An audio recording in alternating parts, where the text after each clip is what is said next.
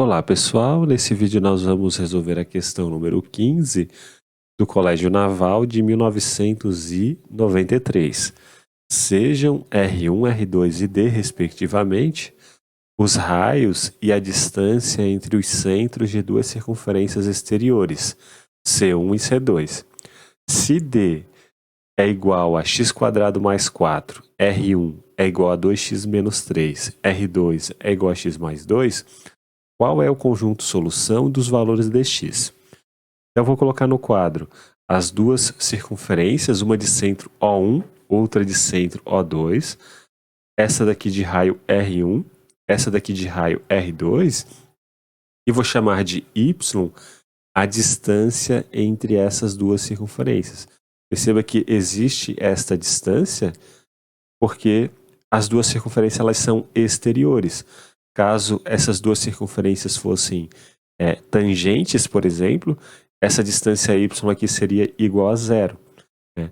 Então, o que nós temos? Nós temos que R1 mais y mais R2 é a distância entre os dois centros. Então, vamos colocar aqui, ó, que D vai ser igual a R1 mais y mais R2.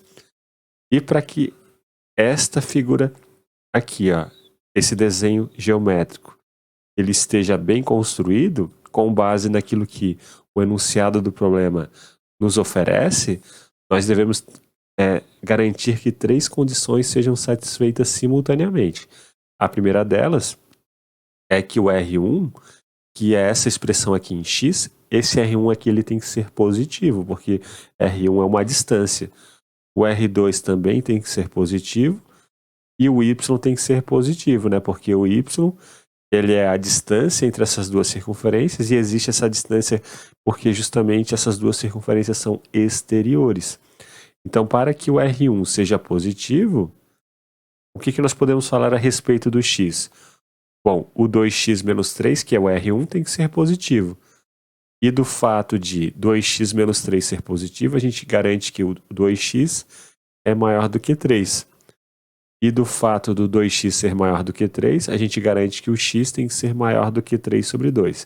Então, para que esta figura aqui inicialmente seja bem construída, obrigatoriamente o x tem que ser maior do que 3 sobre 2.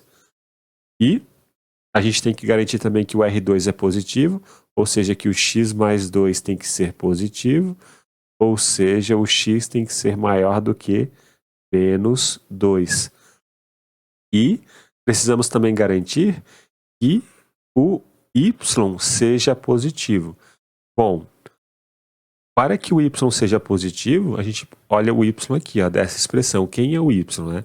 O y ele é igual a d menos R1 menos R2.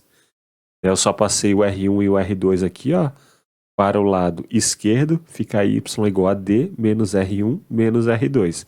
Bom, o y vai ser, portanto, igual a quanto? O d, que é x² mais 4, pelo enunciado do problema, ó.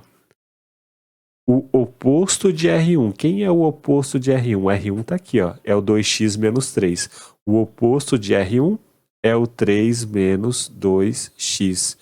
E quem é o oposto do R2? O R2 está aqui, ó. O oposto do R2 é menos x menos 2.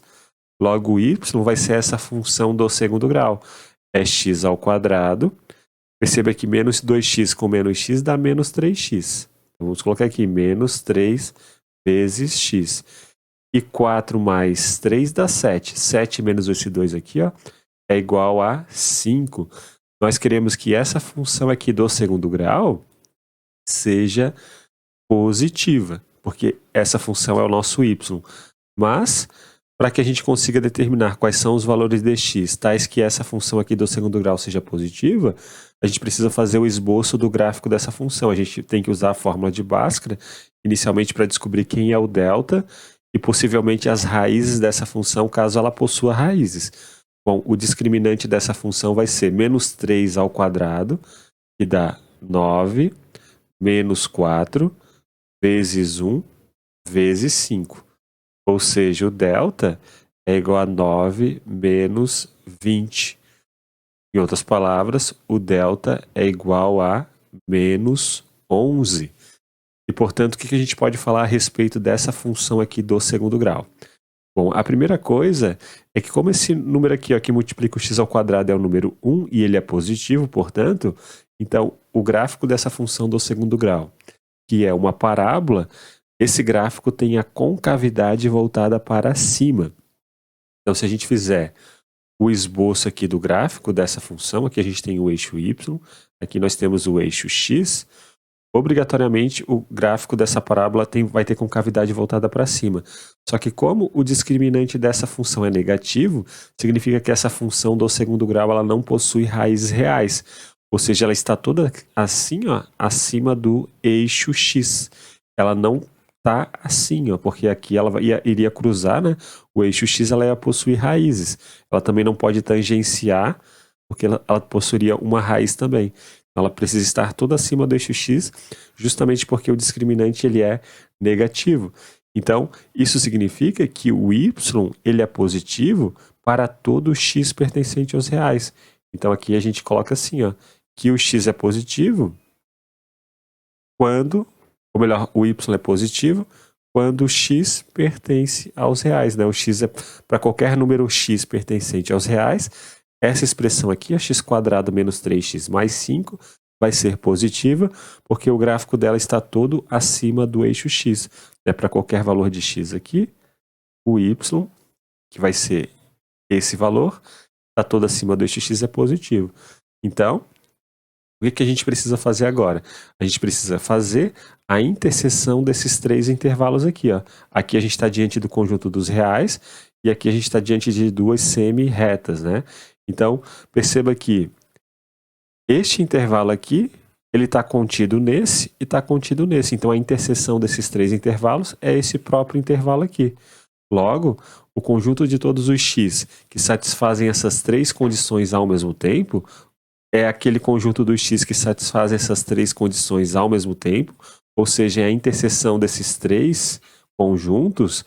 E a interseção desses três conjuntos é esse conjunto aqui, porque esse conjunto, né, este intervalo está contido nos outros dois. Então, a nossa resposta vai ser a letra B. É o conjunto de todos os x pertencentes aos reais, tais que x tem que ser maior do que 3 sobre 2. Então, é isso, pessoal. Um grande abraço a todos. Nos vemos na próxima aula e até mais!